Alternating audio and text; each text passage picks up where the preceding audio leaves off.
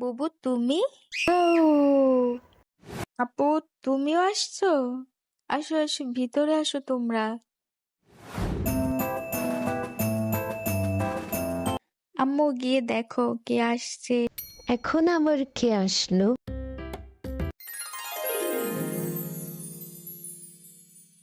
আরে আম্মা, আসসালামু আলাইকুম। কেমন আছেন আপনারা? হ্যাঁ ভালো আছি, তোমরা কেমন আছো? আছি আম্মা, ভালো আছি। রত্না জি, কেমন আছো তুমি? বাসায় সবাই ভালো আছে তো? হ্যাঁ আন্টি, আমি আলহামদুলিল্লাহ ভালো আছি। বাসার সবাইও ভালো আছে। আম্মা যে আসবেন, জানা আসবেন না আমাকে? ছেলের বাড়িতে মেয়ের বাড়িতে আসবো, জানিস আর কি হবে? এসেই পড়লাম তোমাদের দেখতে, তোমরা তো যাওই না। ভালো হয়েছে চলে এসেছেন। লাবণীও বারবার আপনার কথা জিজ্ঞাসা করে। আপনারা বসেন, আমি আপনাদের জন্য নাস্তার ব্যবস্থা করছি। রত্না যে ব্যাগ থেকে শীতের কাপড় বের করে নে।